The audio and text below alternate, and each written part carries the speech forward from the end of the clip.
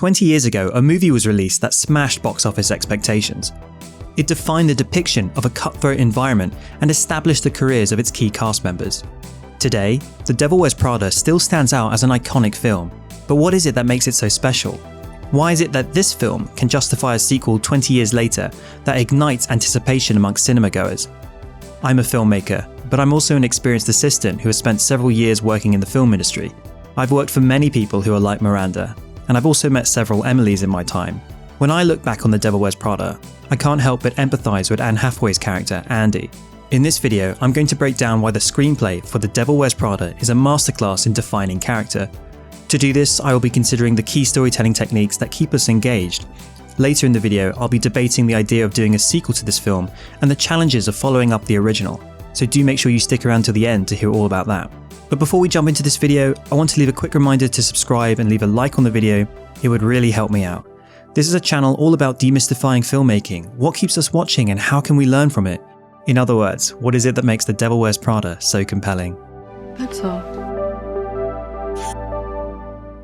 When it comes to writing character, every screenwriter must understand two things. What are the things the character wants, and what are the obstacles that prevent that character from getting those things? What makes The Devil Wears Prada interesting is how each scene ultimately redefines Andy Sachs by examining this idea. Description is used to establish the character and set up her needs, before an obstacle prevents her from getting them. Andy then has to think on her feet about how she can achieve her goals. If she fails, she enters the path of many assistants before her and gets fired. If she succeeds, however, she not only progresses to meet her goals, but becomes wiser on her ability on how to do so. As a result, each scene in The Devil Wears Prada actually progresses Andy's character in a way that redefines her.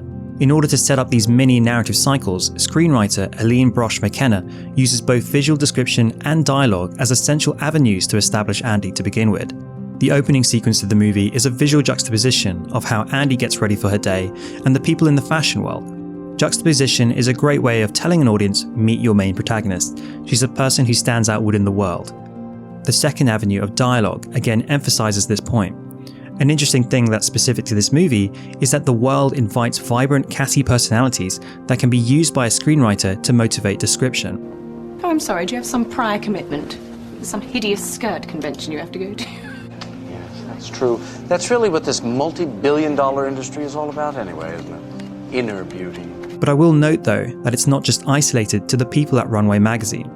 Andy has a pre-established world before the movie begins, and the characters who sit within that also use their dialogue to describe character. Andy has a playful, teasing relationship with her boyfriend, and his dialogue does two things at the same time. You're going to be answering phones and getting coffee. You need a ball gown for that? I think I might. Well, I happen to think you look great always. Aww. By having Nate say this, we can understand two things. At the start of the film, we're informed about how her friends have come to understand Andy, and how they don't want her to change. A dynamic of conflict is now set up across the runtime of the whole film. As Andy changes with her progression in Runway, how does Nate respond? Questions like this essentially frame your protagonist at the center of a tug of war. We're asking, who is this person really? Therefore, each subsequent choice the character makes puts them on a journey to provide us with an answer. To learn how to be a good assistant though, you need to fully understand your boss. In the context of this screenplay, the protagonist is literally defined by the ways in which the antagonist pushes them. Here's a question for you. What makes Miranda the perfect antagonist for Andy Sachs? When they meet for the first time, Miranda and Andy seem to come from completely different worlds, not just in terms of fashion, but also in terms of class and persona. In a way, Miranda is presented to us as being so unreasonable that Andy is assumed to be a very normal person. Andy takes on the eyes of the audience. We now have someone to relate to in this overwhelming industry. This is crucial because as Andy changes throughout the movie, the audience should be able to sympathize with her journey. To me, Miranda is a fascinating character in her own right because she's not just evil. You could very easily write a caricatured version of Miranda, a persona with a big ego and a desperate lacking of self-awareness. Miranda is certainly that, but the script presents her in a way that defines her intellect also. When it comes to writing a great antagonist, I often think about this quote from screenwriter Aaron Sorkin. You can't judge the character. You, the writer, you can't judge the character. You have to be able to empathize with that character. Find something about that character that is like you too. and then you have to write that character like they're making their case to God why they should be allowed into heaven. In the world of screenwriting, nobody is motivated to be evil or unreasonable just for the sake of being so. In Miranda's head, she genuinely considers herself to be an altruist. She is somebody who is okay with being the person she is because she sees her work as deeply valuable. Therefore, the time she has is precious, and anyone who impedes her time is in fact holding back progress for our whole industry. Thinking of it like this sounds insane, but the script does a remarkable job in selling this idea to us. The famous scene about the colour cerulean appears to do three things at once. It's a philosophical insight into how Miranda sees the value in what she does. It's a smack in the face to Andy, who laughs at Miranda's choice because she thinks she knows better. In fact, Miranda is the one who sees through Andy.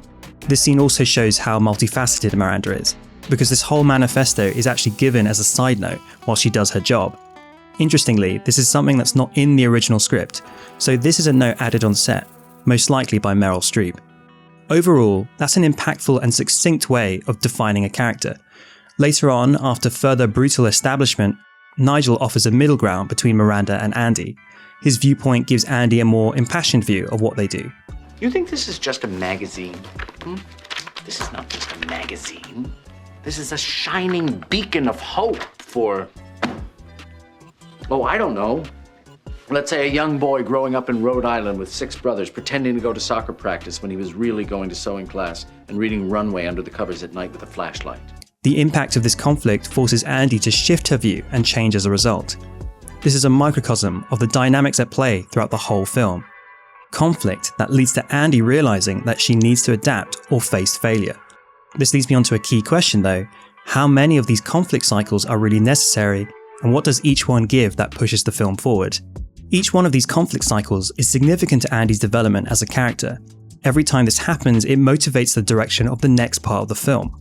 For instance, after Nigel's chat with Andy, Andy now realizes she needs to embrace the fashion world and not hold it in disdain. This then allows for a new establishment of character, which is described through montage and other descriptive scenes. So each cycle is punctuated with a deeper sense of description. Not only do we get a more thorough insight into the world and Miranda's place within it, but this is essential for building towards new problems that Andy hasn't considered. So each time, Andy is forced to become wiser, or should I say, savvier, in order to overcome the problems she faces. The stake for each problem is also raised every time Andy upsets Miranda. For example, we feel the drama of Andy trying to find the manuscript for an unpublished Harry Potter book because it follows a scene where Andy invades Miranda's privacy. For an audience, the emotional drama is what we can all feel, and now suddenly the nature of a task feels thrilling because we're wondering, how will Andy pull this off? What will happen next? This is what makes the film so compelling. The final time Miranda and Andy go toe-to-toe is in their scene in the car together. It's a great little moment because Miranda sounds like a mafia boss. It's all about loyalty. The nature of politics is ultimately commanded by who can play the right people, and Miranda holds her cards very closely. This is not fashion, and yet at the same time, it is. This is the brutal reality that showcases surviving at such a high level of the industry. The way Miranda challenges Andy is by questioning whether they're any different. So throughout the script, this is the key question the film often revisits. How does our drive to overcome obstacle ultimately alter our identity? Each challenge has forced Andy to become wiser, but while she has allowed herself to be more sympathetic to Miranda, she rejects the idea of being like her. The way Andy expresses sympathy for the devil certainly doesn't feel cutthroat at all. Miranda will be devastated. Her whole life is about Runway. He can't do that to her. Andy is more of a romantic character who gets emotionally invested, so her moral justification stems from that. As Miranda points out, she was so surprised to see how intently she tried to warn her, though I interpret it as perhaps a slight misinterpretation. Miranda sees Andy's emotional investment as a drive to do her job. The idea that Andy cares for her or anyone in this world is a little harder to fathom. When Andy argues she's nothing like Miranda, Miranda of course returns a killing blow. Andy has already done cutthroat decisions. She didn't really have a choice in order to keep her job, literally, but ultimately that's beside the point. Andy found a way to reconcile these choices and just move on. The painful truth that so many others have argued finally dawns on her in this moment. The job is indeed changing Andy fundamentally, and it's a subtle, gradual change. She doesn't even notice. Do this for decades and you won't be working for the devil, but instead you'll see the devil in the mirror looking back at you. Like before, this interaction is just another example of how Andy is being pushed to become wiser as a result of facing off against Miranda. The difference here, though, is that this one realization is too much for Andy. She doesn't want to change who she is, at least not like this. So at long last, she leaves her job behind. She could have left Runway at any of the other previous obstacles that were thrown at her. In fact, she nearly does when Miranda asks for a manuscript for an unpublished Harry Potter book. The film, however, builds towards an ending where the choice for Andy to leave is done without force, but is genuinely an authentic choice about character. The journey to get there is one of growth and self-understanding of the limits of Andy's identity, and would not have made sense if she left at any time before that. To me, The Devil Wears Prada is a fascinating engine for rigorously examining a protagonist through confrontation. Andy walks away from the fashion world, and on paper you could argue that any progression made there has now been undone, but the experience was incredibly valuable because she and the audience have learnt the true nature of who she is. We related to how alienated she was, saw how she became wiser in order to survive, and eventually realised what the hard limits of her character actually was. The whole story is the odyssey of this journey. The film manages to do this without seeming like a straight drama. It's certainly thrilling and intense at times, but the film has both comedic and romantic elements throughout. So what genre is it exactly? Well, let's consider the genre tenets of The Devil Wears Prada.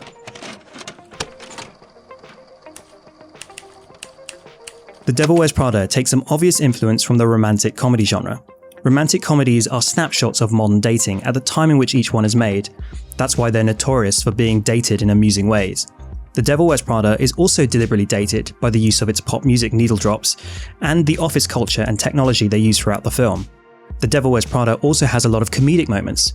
You're not a rom-com unless you're laughing as the film progresses, otherwise it's more likely to be cinema's romance genre.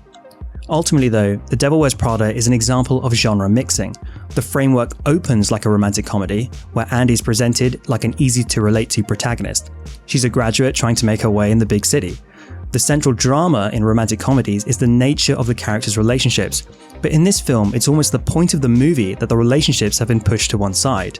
So instead of romantic tension, we're compelled by the thrill of a dramatic confrontation, specifically between Miranda and Andy. This is a subversion of the usual progression of a romantic comedy. Suddenly our film is now suspenseful. This is very effective, especially at the time in which Prada came out, because audiences were so familiar with how rom-coms are supposed to go. By the end of the movie, Andy's love life does reach a resolution, but that resolve is a breakup. Her relationship with Nate is written to be one of playful teasing and then playful flirting. I don't think it seems like it has any real depth beyond this. Nate is written to be an archetype. He's the boyfriend you have at university. He isn't meant to be anything more than that. As such, his character serves as a tool to create tension, as Andy changes and he remains the same by the end of the film. For this reason, it really doesn't make any sense to me why he would be in the sequel. I mean, it's of course possible for a character like this to reappear, but generally I don't think people stay in touch with their college boyfriend, especially 20 years later. This brings me on to how we should consider the sequel. I have a confession to make. At the time of recording, I haven't seen the sequel, and frankly I'm very nervous about it. I will of course go and see it, but ultimately I think the idea of doing a sequel to The Devil Wears Prada is a challenging prospect. When I consider the script for this film, it's clear to me that the entire movie has been engineered to define the character of Andy Sachs. Every other character in the film, and the world in which they exist, has been designed specifically in order to do this. Therefore, it's difficult to understand how things progress beyond this film. I think the same could be said for a lot of Christopher Nolan's movies, where the character and conflict is so tightly described that deleting a scene could make the whole movie collapse. The way Nolan tackled the idea of doing sequels to his films is by applying a genre shift each time. This is something that has been effective in other franchises as well. How does that apply to The Devil Wears Prada, which is a mixture of romantic comedy meets suspenseful drama? I think the tone of this movie is quite clear, and steering away from it would feel quite odd. Then there are more obvious challenges. It's been 20 years and Andy should have regressed in her career, so why would any of these characters be in the same room again? Is it possible to give a reason for re-establishing the team without it feeling contrived? I also take the belief that Miranda shouldn't really change as a character. She is someone who is exceptional at what she does, and her opinion is the only one that matters. She is also incredibly cutthroat, and so she's unafraid to destroy people's careers. I want to reiterate this point, that Miranda isn't just a caricature, there's a wisdom and a bite to her dialogue. So the mistake would be to just look at the comedy value that she brings. more importantly, is that she serves to function as this opposing force that pushes Andy, an antagonist who defines the protagonist. How does that work in the sequel? Or could that be subverted?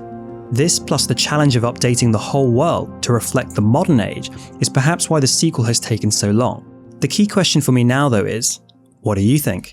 If you've seen The Devil Wears Prada 2, please leave a comment to let me know, because I'm so intrigued to hear if you feel that they've stuck the landing. I read all the comments and I try to respond to as many as I can, so let's continue this conversation.